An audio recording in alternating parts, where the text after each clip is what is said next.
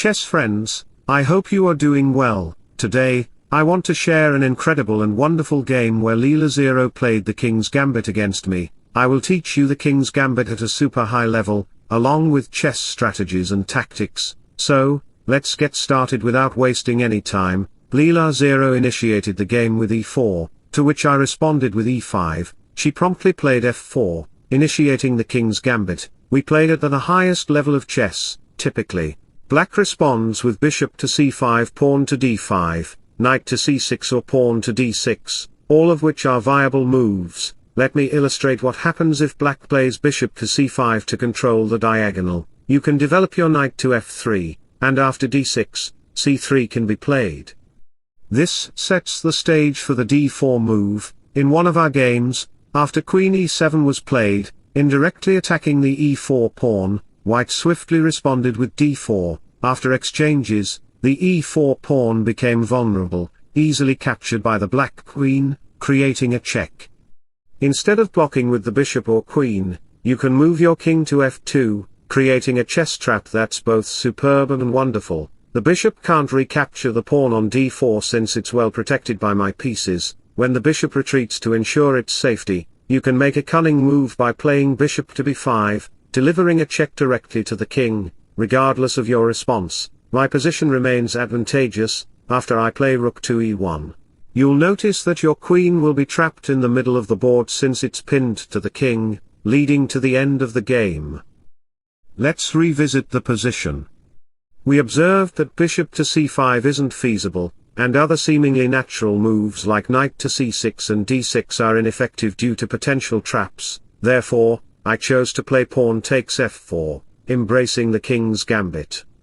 In this scenario, White's primary strategy involves playing bishop to c4 to target f7, and developing knights to f3 and c3. Eventually, the knight may advance to e5 or g5 to increase pressure on f7. Furthermore, my queen can easily advance to h5 to mount an attack on f7.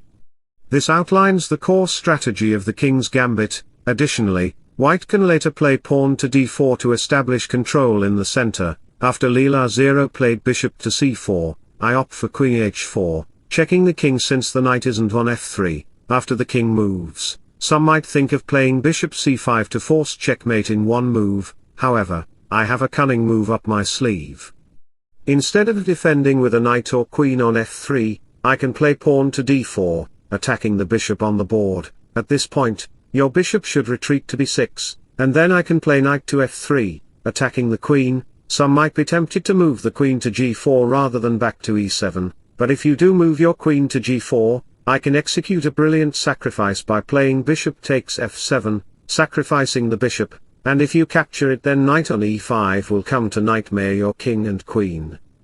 If you move your king, I can continue the attack by playing pawn to h3, attacking the queen. The queen has no retreat except g3, however, I can trap your queen completely with knight to f3, followed by knight to e2.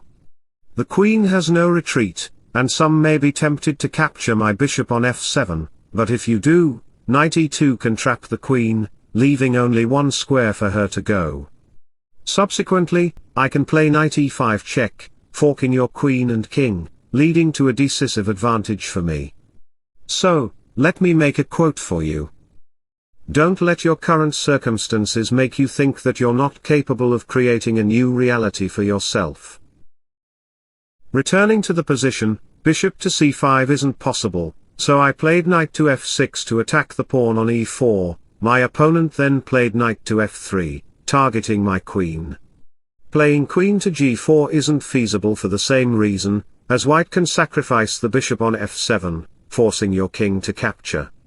However, capturing the bishop isn't advisable, as the knight can then move to e5, making your king and queen vulnerable. If you try to move your king, White can respond with h3, pressuring the queen to move again. The queen has no retreat since the knight, bishop, and pawn occupy crucial squares. After the queen moves to g3, I can play knight to c3, followed by knight to e2, completely trapping the queen and leading to a decisive advantage, as in the previous variation.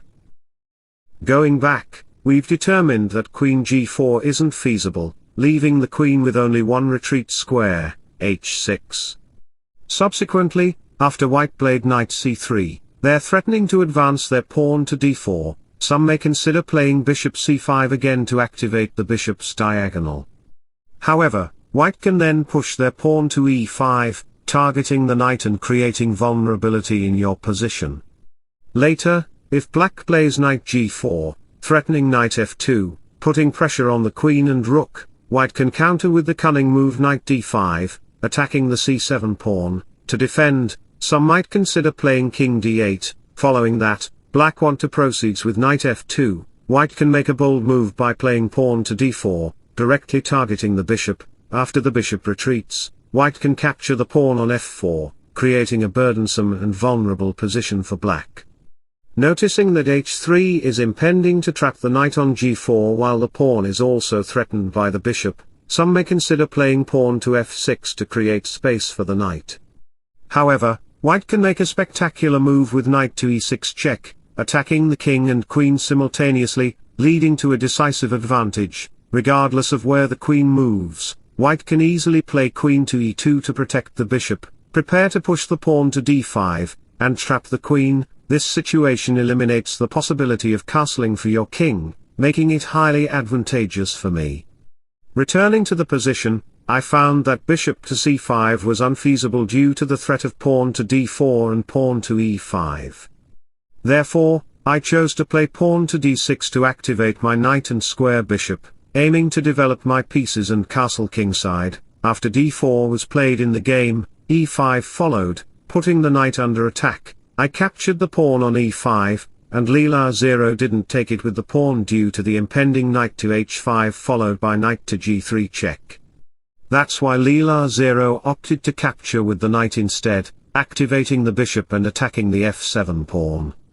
While some may consider short side castling, but it wouldn't give a decisive advantage for black, she chose bishop to e6 for a potential advantage. Because of you dare to capture my light square bishop, it will allow me to castle later and I will get the open f-file, which is the reason why LeelaZero responded with pawn to d5, targeting the bishop first. Despite this, I sacrificed my bishop by playing knight to d7 to attack the knight on e5.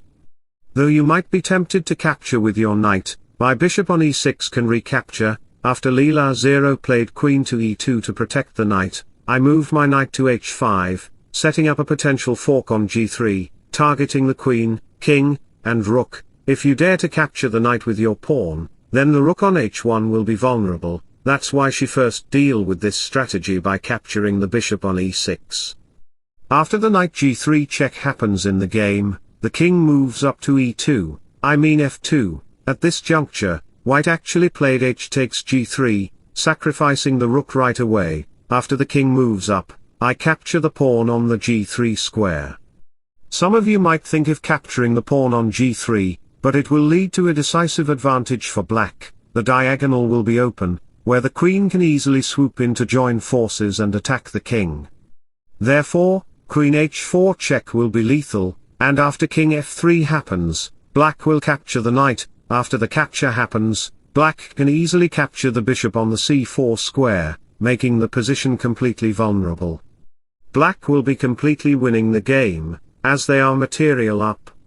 So, going back to the variation, instead of capturing the pawn on g3, Leela played king f3. After queen h5 check happened in the game, some might think of playing king e3, which is just garbage as black can give another check on g5 square with their queen. After the king moves up to d4 to protect the knight on e5 square, black can swiftly march a heavier attack by playing c5 check, forcing the king to move, and then finally, knight f6 check will be checkmate.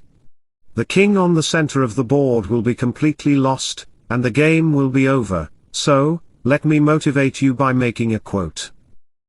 Some people are like clouds. When they disappear, it's a brighter day. Going back to the position, Leela didn't play king to e3, creating a vulnerable situation for her. She decided to play knight to g4 to block the attack, and after I capture the pawn on e6, the file opens up where the rook is coming on f8. Some might consider playing bishop f4, but it's garbage as e5 can kick out the bishop first. Leela captures the e-pawn, and after rook check and bishop f4 happen in the game, g5 can come. but it's not so good because knight d5 can pressure your bishop on e7.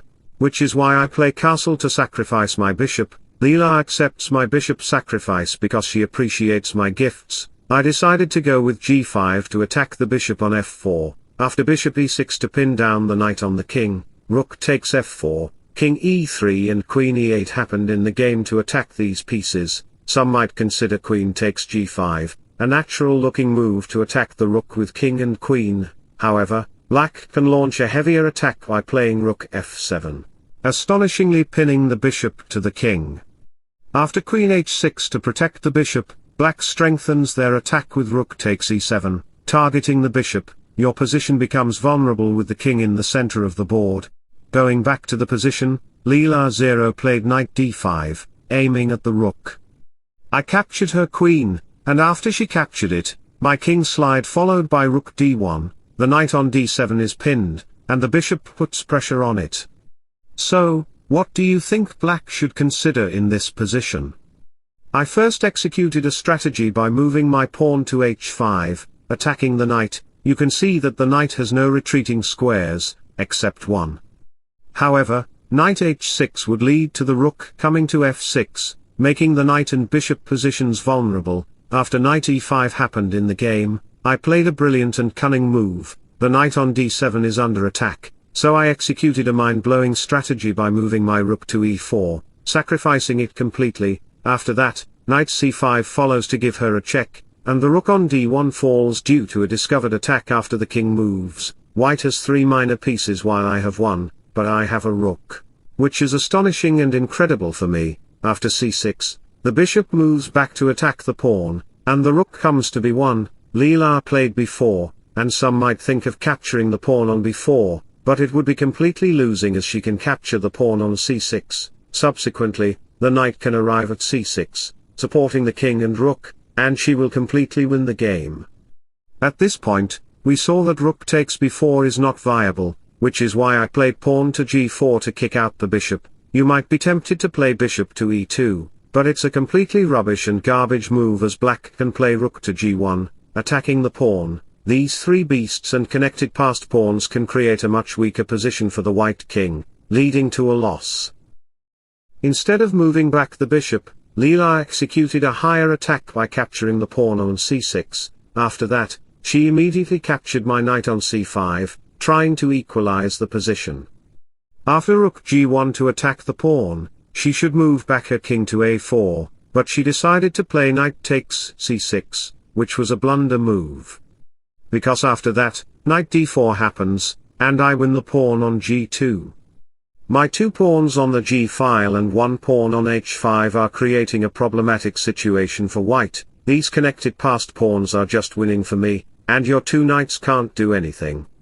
She tried to give me a check, but after a couple of moves later, knight d4 rook to d2 and king c8 happened in the game. At this juncture, some of you might consider playing king to e4 in order to safeguard your knights, but I can easily capture your knight on e4. After that, you can see that my pre-connected pawns on the G and H files can create a much problematic situation, and you are unable to stop them. Your 1 knight cannot stop them. I will win the game completely. So at this point, LeelaZero tried to execute a higher attack by playing knight to e7 check, and after that, king e6 happened, and she sacrificed her knight on d4 completely. After a couple of moves later, she played knight f5 followed by knight g3, and again, a couple of moves later, I tried to push my pawn, and I played rook d6 check. The king moves out, and after a couple of moves later, it is a completely winning game for me. Slowly but surely, I advance my pawn on a4, moving out the rook.